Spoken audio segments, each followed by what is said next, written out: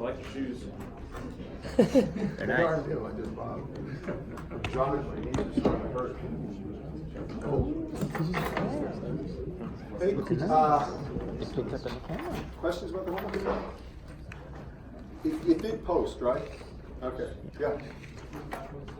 Can you just tell me what it says?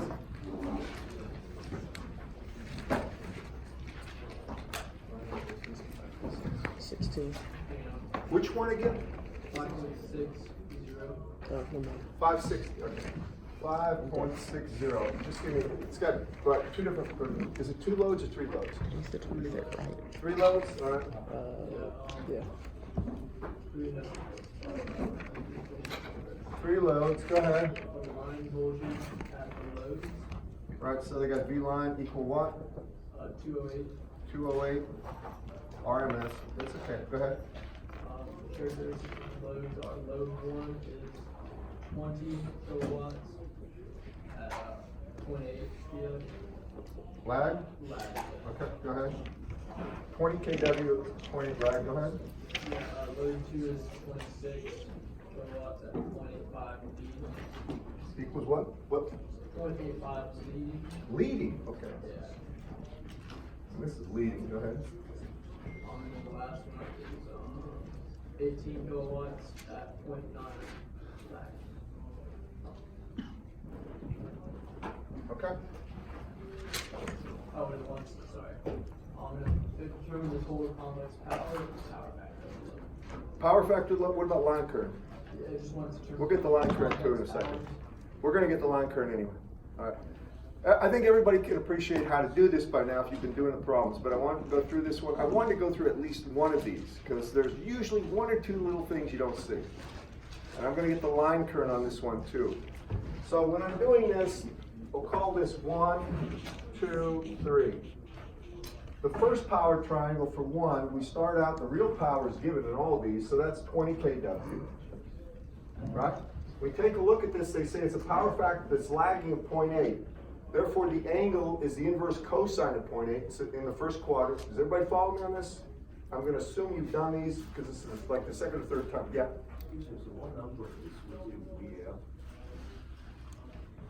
I'm sorry, say that again. 5 points, it's 5.60? He's asking for VL. It's 208 RMS. 208 RMS. Right, 208 volts RMS. Now, if you take a look at this, this angle is going to be the inverse cosine of 0.8. What is that? 36. 36.86 degrees, right? So that means if we wanted to get the imaginary power, that would be J times 20K, and that would be times the tangent of 36.86 degrees. That would be the imaginary part. The real part would be the sum of those two. Do you all agree with that? We might as well get the imaginary part. What is that value going to be? J what?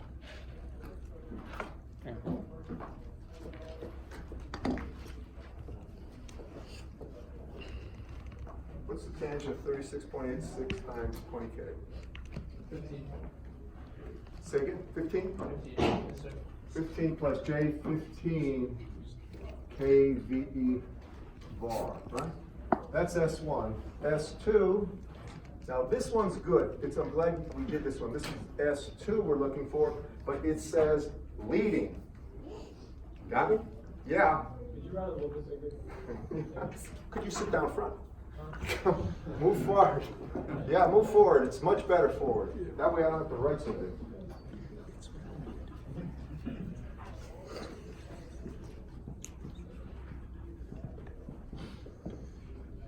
Was that 0.8 leading?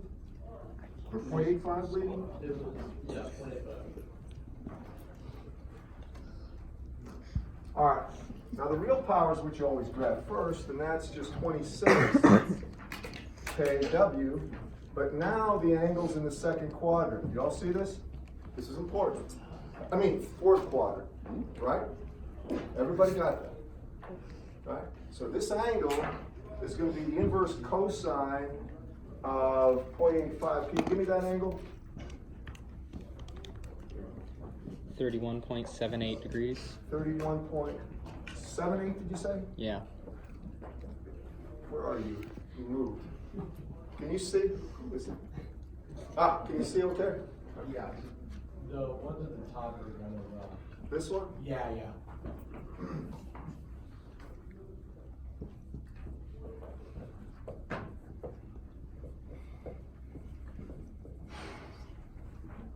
All right. Now this one, that's 26 kW. What's this? It's J what? It would be what? This would be 26 kVR times the tangent of 31.78 degrees. What does that come out to be? Little help, guys, come on. 16.1. 16.1? So S2 here is going to be equal to 26K plus J, it's actually KW plus J, 16.1 kVA, or kVAR. That's S2. Finally, S3. This has got 18, so the real axis is 18, right? KW, and then what's the inverse cosine? Is it 0.9, right? Is that 26 or 25 or something? Inverse cosine, is it 0.9 power factor? All right, what's the inverse cosine of 25 point something? 25.8. 25.84. Take, so this is 25.84 degrees. And that means this is J times 18 kVR times the tangent of 25.84 degrees. And what's that value going to be? 8.72. What is it? 8.72. Is that right? Yeah. 8.72 kVR. So that's, it's going to be 18 kilowatts plus J 8.72 kVAR. And therefore S total is just the sum of those, right? And what's S total equal to? Well, you add up the real and you add up the imaginary. Yes, sir. For S2, it's supposed to be negative, J? 16. Yeah, I'm sorry, I didn't put the negative. Yes, it is minus. I didn't put the negative there. I'm very sorry about that. Yes, it should be minus. I'm so sorry. I put it in the right quadrant. I know I was going to subtract that one, but it should be minus right there. You're absolutely right. So, what? How do you know it's minus? It says it's what? Leading, right? Right? If it's leading, that means current leads has an angle positive with respect to voltage, right? So when you do V times I conjugate, the angle becomes negative, or it will be in the fourth quadrant. Do you all understand that? Has to be in the fourth quadrant if it's leading, first quadrant if it's lagging. You all know what the quadrants are, by the way? Whenever you talk about a four quadrant system in standard notation, this is first, second, third, fourth, right? That's the way it goes, quadrant-wise. Everybody understand that? Now, if I just add up all the real powers, they always add, right? And then I take plus J15 minus J16.1 and plus J8.72, I get the actual total complex power. What's that value going to be? Say it again. 64. K plus J. 7.62. All right. So I'm going to just draw the power triangle right here, or the actual triangle, because we're going to get the, what we're going to do is get the line current too. A line current's important, and I do ask for it. Y'all got that, didn't you? Y'all follow me on this? I just take all the power, the basic, I take all the information about the loads and create the complex power triangle for each one of those loads, then add up the complex power, right? It's vectorially added, right? You're adding a real and then an imaginary part. So then what I'm going to do is say the result is this. I have a real power of 64 kW, and I have an imaginary power of J 7.62 kVA, or volt amp reactor. And I need this angle. You can get it a couple ways, but probably the easiest way to find that angle would be equal to take tan minus 1 of opposite 7.62 over 64. Do you all agree with that? Opposite over adjacent is the tangent of the angle. Inverse that, you get the angle. What is the angle? Just tell me. 6 point what? 78 degrees. And therefore the power factor, this is total, the power factor would be cosine of 6.78 degrees. That's almost 1. What is that? 0.99. Point what? 993. Wow, that's almost 1. All right, that's the power factor. Do you have a question? All right, now that's the total power. What I'm after is the current, line current. Now, that's the next thing. It's not in the problem, but I want the line current. So for starters, the way I get this, and I like to break this down into a single phase for starters. I just want to talk about the single phase power. I know there's different ways of doing this. This is the way I prefer it. Everybody realize that's total complex power for 3 identical loads. They're called matched loads, or they're 3 loads of the same value into 3 different phases. Now we're going to think about the power for just one phase. So we take, if we're talking about just looking at VAN for starters, I'm going to say that I know that VAN times I small a capital A conjugated, that would be the complex power, or maybe I'll use capital here, I'm sorry. Capital AN, that would be at the load. That would be the complex power, right? Total complex power divided by 3. You all agree with that? Because now I've taken total complex power divided by 3. Now I have the complex power for just the A to N part of it. You all follow me? Just one phase. So if I take total complex power, that by 3, I get this. Now, hear me. They say the line voltage, that's VAB, was 208, right? VAN is line voltage divided by square root of 3. Do you all understand that? So I can say this is actually going to be 208 divided by the square root of 3 times I, A, capital A conjugated. And that's equal to total complex power by 3. And the total complex power is that. So if I have, matter of fact, can you give me a magnitude and an angle of this? Just give me the magnitude of this right here. What is 64 plus J 7.62 magnitude? 64.45. Say again? 64.45. And that would be kVA. So I can say that's going to be 64.45 times 10 to the 3rd divided by 3, and I take the load divided by 3, is equal to VANIAA.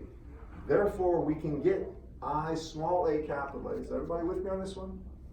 By simply just multiplying the inverse of, or multiplying this by square root of 3 and dividing by 208. So then I have I small a capital A conjugated, but just magnitude of that, which is I line, equal to 64.45 times 10 to the 3rd over 3 here.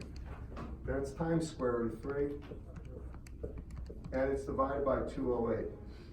Can you all give that to me, just the magnitude? You didn't ask for it, but I want to make sure you see how to get it. Anyone? Remember, we work with one phase only. We don't. It's just the A to neutral at the load. And that's the complex power of just A to neutral at the load. Y'all follow me in this class? So what we need is, it's VAN times I small a capital A conjugated. Well, VAN is the line voltage, 208 divided by square root of 3. What did you get for this, anyone? It's not that tough. I mean, you could just divide by square root of 3 and get rid of that one, right? 178.9. 178.9 amps RMS. Anybody confirm that? You got it? All right, y'all see what I'm doing here? And why I'm doing it? Now, the rest of the problems follow suit, but I want to make sure, is there any problem that asks anything odd? You asked this one, right? Did you have any other questions? Honestly, I was pretty busy, so I didn't really get to the last one. Oh, yeah. I got a question as to why you have to use the A to neutral.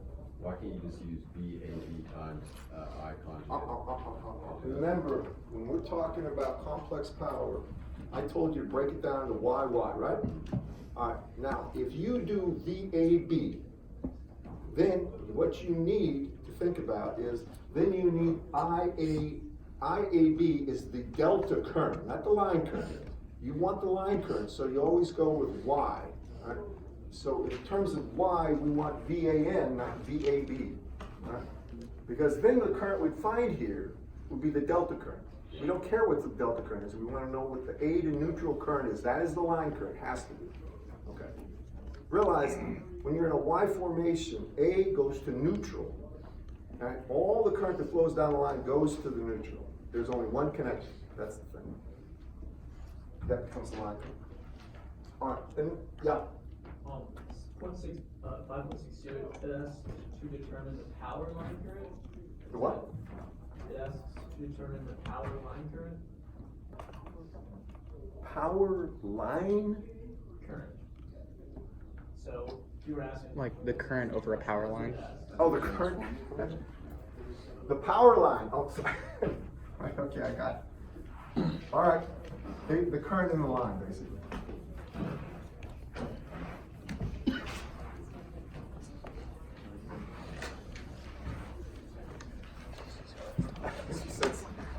Never mind. Go ahead, give me this question, or I mean the information. The line voltage, 4.6 kilovolt. 4.6 kVA or kilovolts RMS. Sorry. All right, go ahead. Planet one is rated at 300 kilovolt kVA. Yeah. At 0.8 lag, and then planet 2 is rated at 350 kVA, 0.84 lag. 0.84. Yeah, 0.8, Lag. 0.84. Yeah, lag. Go ahead. And then it just says determine the power line. All right, he's talking about this. It's really the line current, right? And that's I, small a, capital A. This is capital A, think of that way. Really, that's not true, because this represents the combination of three loads, is what it's showing you right there. It's just giving you a block diagram of what's going on. Everybody with me? Just two loads, isn't there? Is it a third? I'm sorry, I said three, I was wrong. I think it's two. Is it just two loads? There's two things that are consuming power, is that right? All right.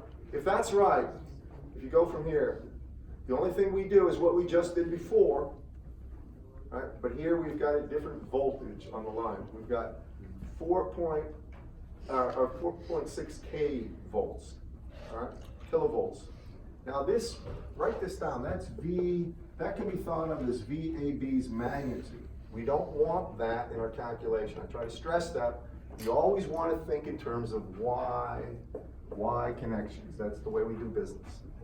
Just remember what I'm telling you and you'll be fine. So, what I'm going to do now is first combine these two into a single value. I want the complex power, magnitude, and angle of these two. Some of you can do this probably very easily in your calculators, but for the first one, I have 300 kVA, and that's the value here. That's 300 kVA. It gives you a power factor of 0.8. So this angle is going to be what, 36 degrees? Is that right? Inverse cosine of 0.8?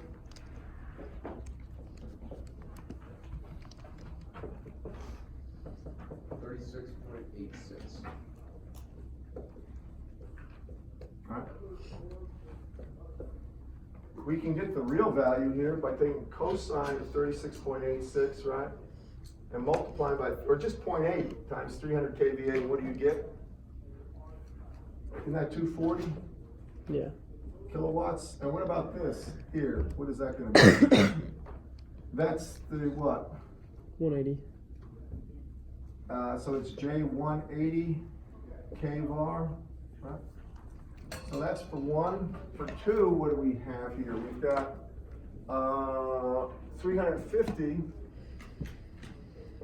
kVA. It's important to realize, and this is a mistake people make, people will put that in the horizontal axis. The units tell you it's not to be put there, it's kVA, so it's the actual complex power. It's the combination of Q plus P.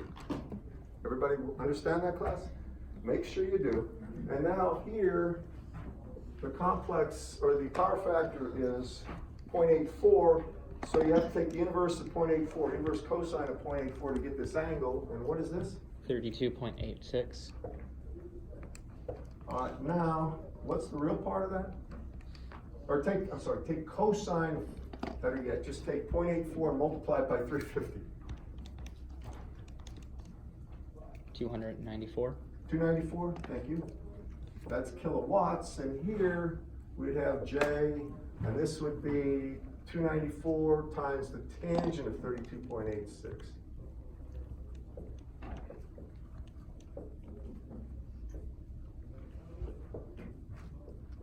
What do you get? J what? 189.9. All right, so that means the total complex power would be S1 plus S2, and that would be 240, we can just add them up, 240 plus 294, right? What do you get for that? 534. 534 kW plus J, and 180 plus 189, what is that? 369.9, right? 369.9 kVAR. And that means I have a total complex power of whatever that magnitude is, right? And then we need the angle of this, so we need the angle of the total would be equal to 10 minus 1 of opposite 369.9 over 534.0, I guess. So this would be the angle. You all know what I'm doing here, right? I'm just trying to get the angle so I can get the power factor. Can you give me that angle, anyone? 34.71 degrees, and therefore the power factor is what? Power factor is cosine of 34.71. What does that come out to be? 0.822. Pardon? 0.822. And it's lagging, right? And what's the magnitude here? I think you told me that. 649.6. That's kVA, right? Now, remember, that's for all three phases, pardon me. There's 2 loads, 3 phases. You follow me on this? They're balanced in the book, they're equal. The load's the same on each one. So we have to take this and we divide it by 3 because we were looking at just what goes on in one phase. Everybody with me? So now I come down here, I'll erase this.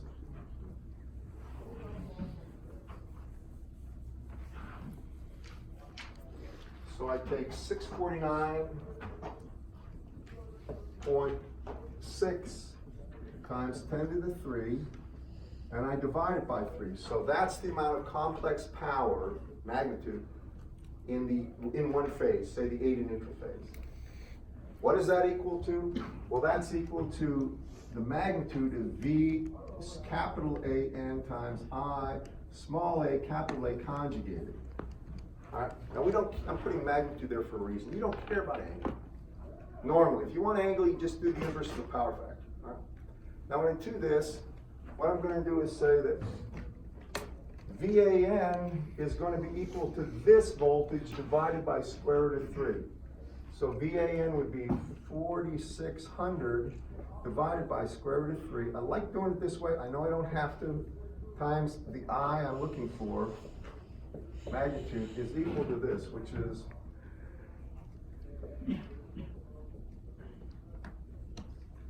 and you can plainly see that this is a simple problem now. Just multiply everything by square root of 3 divided by 4,600, correct, class?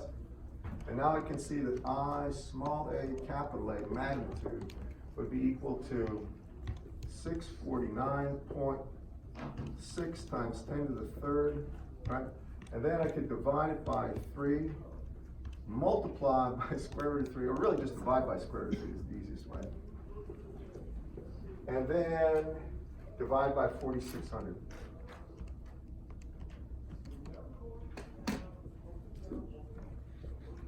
So what do you get for I, small a, cap A?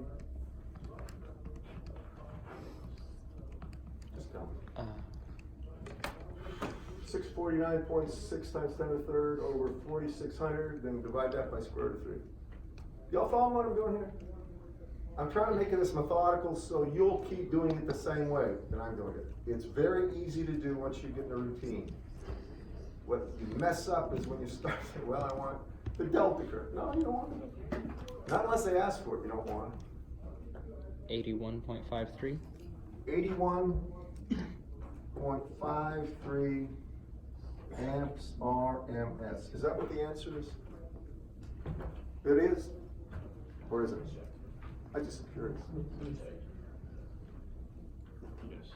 Yes, thank you. That's how you do that problem. Now, all of them follow suit, but y'all follow me on this? The thing you're going to be asked is line current, and you're going to be asked total complex power, power factor, all right? And remember, each one of those represents 3 phases, 3 balanced phases, those loads. That's the thing you got to keep in mind. This is 3-phase power. All right.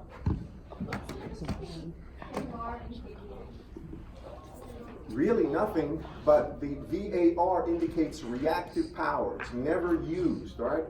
kVAR is both reactive and real. Real power is kilowatts. If you see a hairdryer that says 1,000 watts or 1 kW, that's real power it's taking electrical power turning into thermal heat, if you will. And almost everything that we use, there are a few exceptions, those things are basically modeled as resistors, right? They got a capacitor that they show for a model of light, but it takes everything and turns it to heat. That's what the resistance does.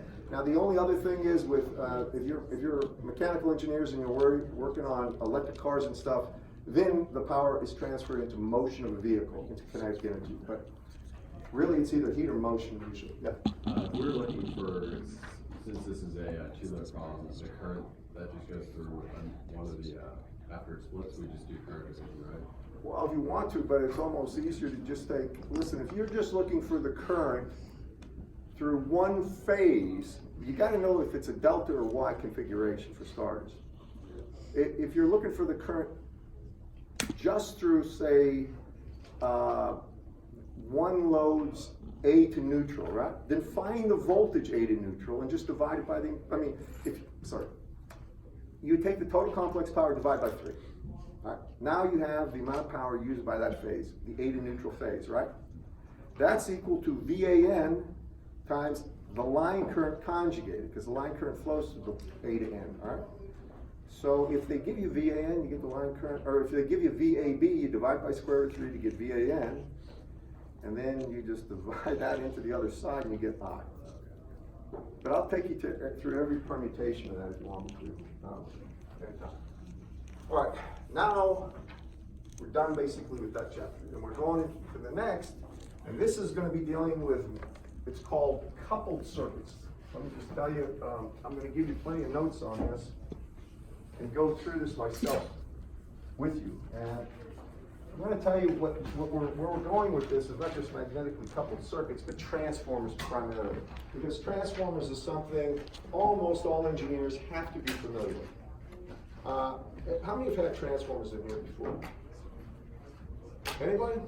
1, 2? What did you get it in your physics classes or not? No? I'm I want to say I had that in physics. I had inductors in physics. Y'all had inductors, right?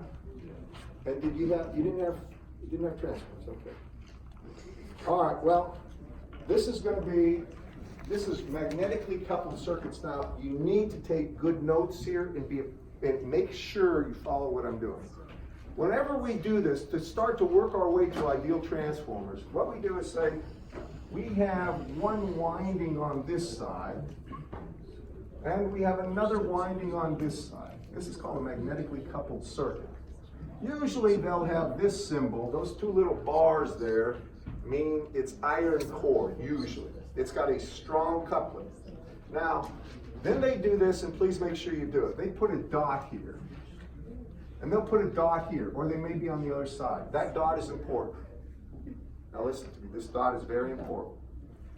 Then they'll show a current I1 here, and this is called the primary. And they'll show a current here, I2. And this is called the secondary. This is just terminology. The primary is a thing that usually it's going to have a voltage source across it. The secondary is usually where the load is. For instance, if you want to take the 7200 volts that's outside on a pole, outside of your home or your residence, and step it down, go from 7200 down to plus or minus 120, you would use a transformer to do this. The primary side would be the 7200, the secondary side would be the plus or minus 120. Just keep that in mind. On this side, we're going to have a voltage here, some voltage V1. And on this side, we'll have a second voltage V2. Now, these windings do not touch these windings at all. They're separated, all right? What actually happens, without getting into too much of the physics, is that magnetic flux is created here, and it's linked through through this coil. So a time-varying change in the flux here creates a time-varying change in the flux here, and that induces a voltage, and this is the laws of physics. I don't like to spend much time worried about the physics of this because it tends to detract from the simplicity of what we're doing, all right? Just realize this, transformers or magnetically coupled circuits do not work at DC.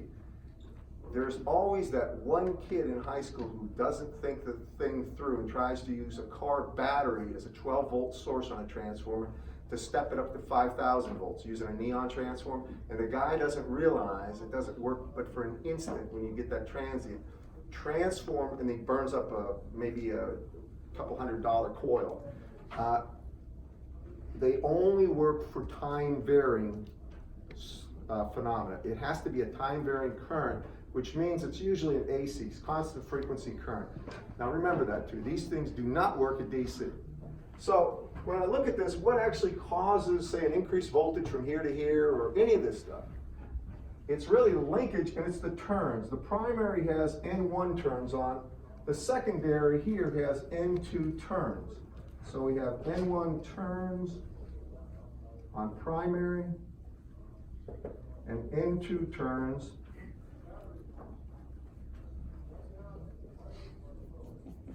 on secondary. And what we really worry about is the ratios of these things. Just keep that in mind. We also have something, I'll get to these things in a second. The primary right here will have a given inductance. It'll be called L1. Now that's just on this side of the coil. The secondary will have a given inductance on it called L2. I'm going to give you the equations in a second. So you've got an inductance. This coil right here by itself will have an inductance L1. This coil right here, the second one, will have an inductance L2. But there's one other factor that becomes critical, and you haven't seen this yet. These coils have an associated mutual inductance labeled either M or L sub M. It's mutual inductance, and that is the thing that links the coil 1's phenomena to coil 2. Now I'm going to give you the equations to describe this, all right? This is for magnetically coupled circuits. We'll get to transformers and use the turns ratios in a little bit. So what we do is say that V1 itself, the voltage on the primary, right here, and I'm going to draw this again over here, because that's a busy diagram. We're going to have a spot there, a dot, current I1, and we're going to have a voltage V1, and an inductance L1. Then we're gonna have a spot here. Let me draw a little better. And we're gonna have L2 plus to minus V2 and current going into this, which is I2. Now, the way we work this is time varying problems.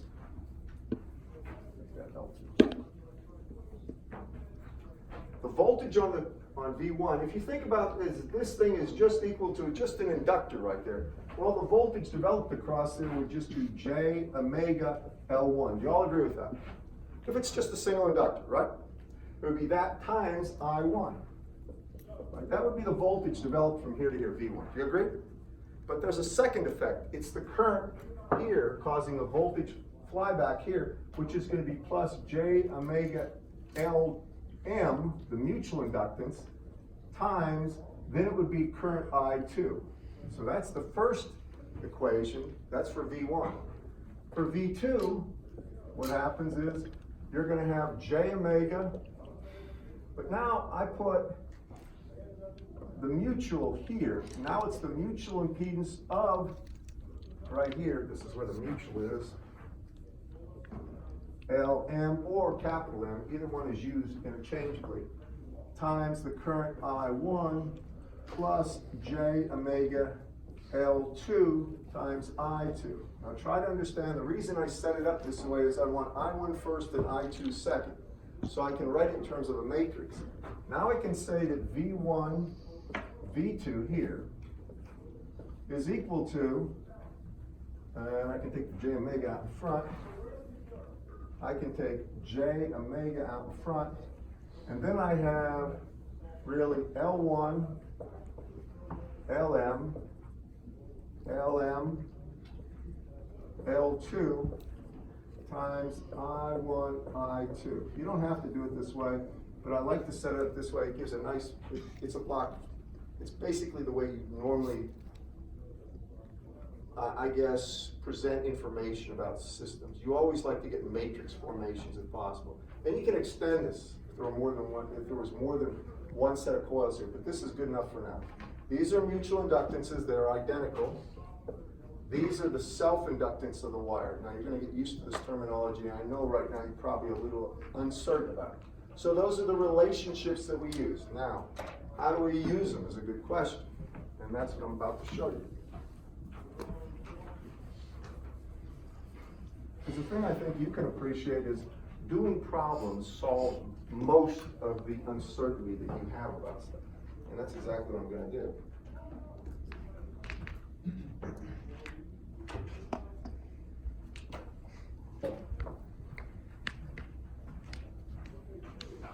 So, if I did this, if I had a voltage here,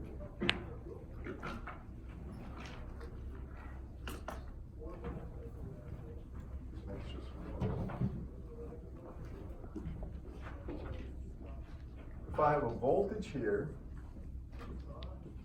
and I want to see how it's connected, and I got 2K, no, I'm sorry, 2 ohms, not 2K. Now I put 2 ohms here, and then I put a transformer here, a dot here, I call this J4, so this is actually going to be equal to, J omega L1, J4. Can you follow me on that, class? Instead of putting just L1 and then asking you to multiply by omega, he's done this for you. Just like most of our problems are just written as the impedance, not as some value of L. Do you follow me? Matter of fact, let me just get rid of this and just put it as J4. And this is associated with the primary. This is going to be the secondary. I'll take you through this and make sure you see it. And this is J6. These are the dotted terminals, right there and there. Then this has this is the mutual effect is J2 here, and it has minus J2 ohms here. This is J2 ohms there, and it has 2 ohms here.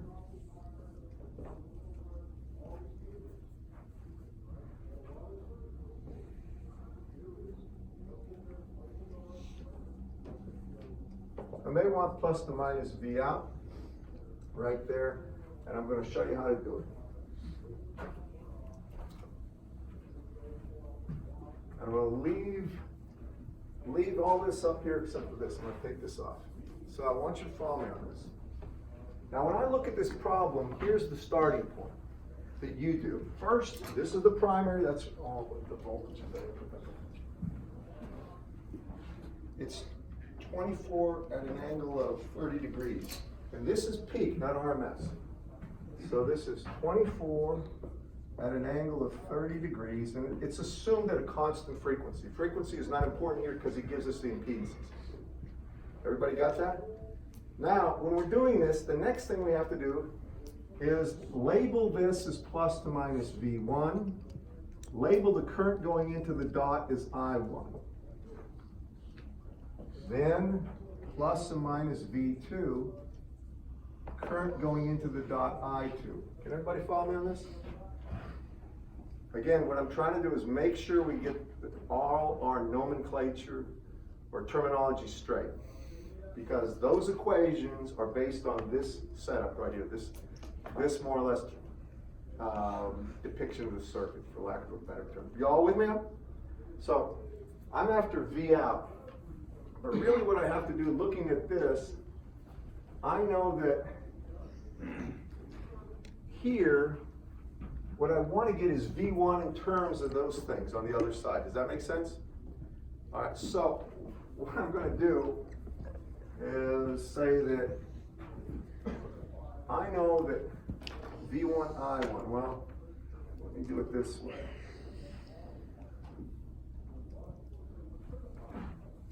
I have V1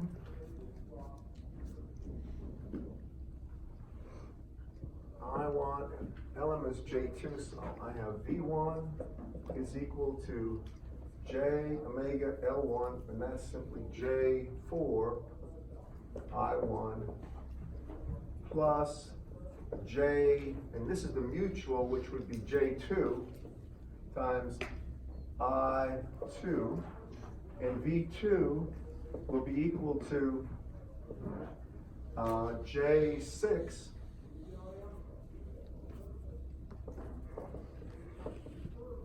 times, sorry, I want the mutual first, which would be J2, get this right, this would be J2 times I1 plus J6 times I2. Try to understand, the only thing I've done here is use those equations, got rid of the omega times LM, all right? I've replaced them with the values. Do you all see this? Yeah? Wait, what is omega? Omega doesn't matter, it's the product of omega times L's that are given here. See, if you have J omega, right? Sorry, if you have J omega L, what you really have is an impedance, don't you? Right? I mean, impedance of a inductor is J omega L, right? So what they do is say J4 is J omega L. And J2 here is J omega LM, or the mutual. That's what you're trying to do here. So he's eliminating some work for you. So now, here's the equations I have, right? You're going to see how this works in a second. Now, if I look at this for I2, and I just take a look at this right here, and I'm going to go ahead and solve this circuit around here so I can see that when I go around this loop as such, I can start at any point, but if I start here, I've got a voltage drop here, and I have a voltage drop here, and then I have V2, so I can say minus 2 times, if I start here, I2, really, let me do it this way. It's minus the quantity 2 minus J2 times I2. I'm going around this loop. And then minus V2 is equal to 0. The only thing I've done is start here and I'm going around. I2 is flowing this way, so it's minus the net impedance of these two combined times I2, and this is the voltage drop. You all see what I've done there? How many see this right here? I didn't have to go that way, but I chose to go in the direction of the current. Now, you can see right now that I can say that V2 on the other side is equal to this. Do you all agree with me there? Can you all see it? Now, I can come into this equation, right?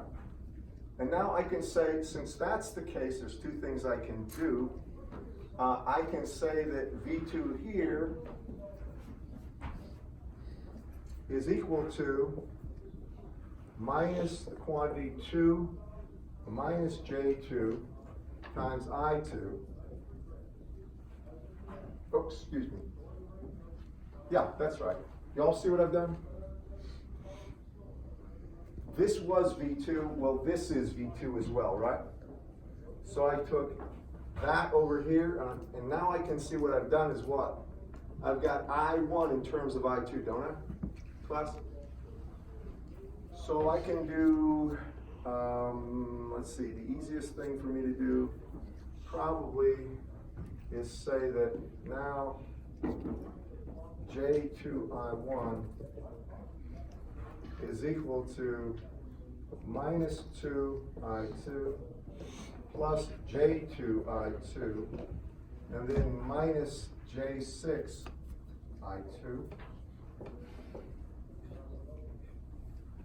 and that's going to be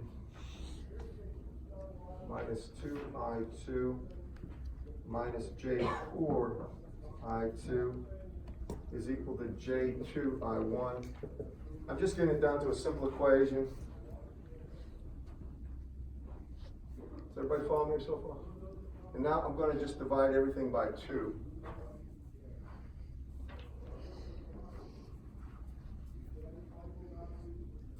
And then divide by J. So if I multiply them effectively by 1 over J, and 1 over J is going to be multiplied. Well, I had a J here, pardon me, let me do this right. If I had a J here, if I multiply everything by 1 over J, let me do it that way.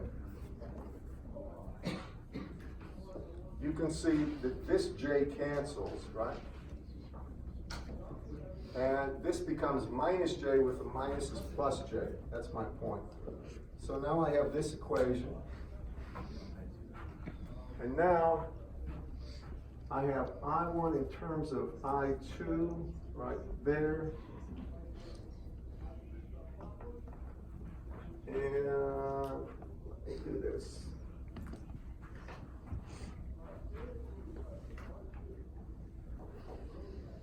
Time on this one. I need to get rid of this and just do it.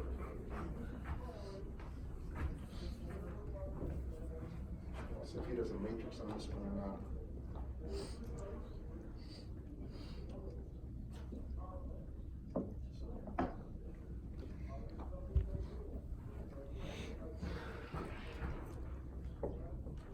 I'm going to do this in terms of a matrix. It'll be easier, I think.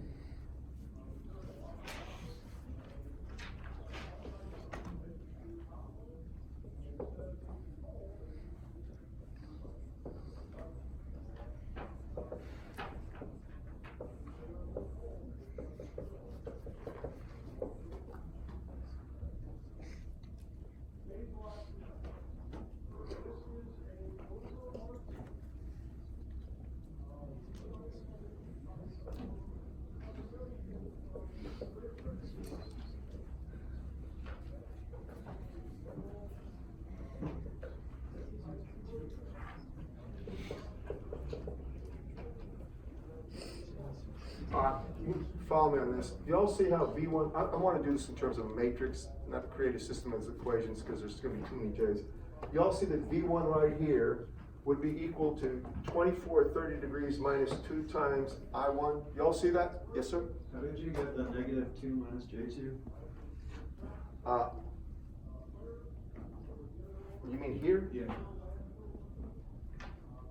That was equal to V2, right? Don't worry about that right now. Just follow me right here for a second, all right? Y'all see that if I have 24 volts at 30 degrees, and then I take this voltage drop, which is 2 times I1, I get V1. Can you all see this here? Show of hands if you can. Okay? Now, that V1 can go right in here, right? You all see that? All right, for V2, if you look at V2, which is here, V2 right there was equal to minus 2 minus J2 times I2. Let me just put this there. V2 here, and here's your question, what you asked me before, this is yours. When I'm coming around here, I see this is a voltage drop of minus 2 times I2, right? And then it's minus J2 times I2, right there, are you with me? And then it's going to be minus V2 is equal to 0. So I take V2 to the other side, and I get this, right? So I get V2 equal to this. Follow me? Now, when I take V2 and put it in here with that equation, and V1 and put it in here, now I have two equations with two unknowns. Do you all see that? I have just two equations with two unknowns when I put it in, and I can solve it. What I don't have time for today is to show you a quick way to solve this. I'm going to give you some information, some references. I'm going to ask you to do a few problems. On Friday, I'll try to straighten out this stuff so it's not as hard as it appears to be complicated. It's really not going to be. Yes, sir. One quick one. Yes. Yeah. How did you get just J over there on the I1? Why would it be one or When I divided by 2, I got rid of the 2's, then I divided everything by J. 1 over J is minus J, isn't it? When I have minus J with the minus sign, it gets plus J. All right? I'll help you with this stuff if you want to see it.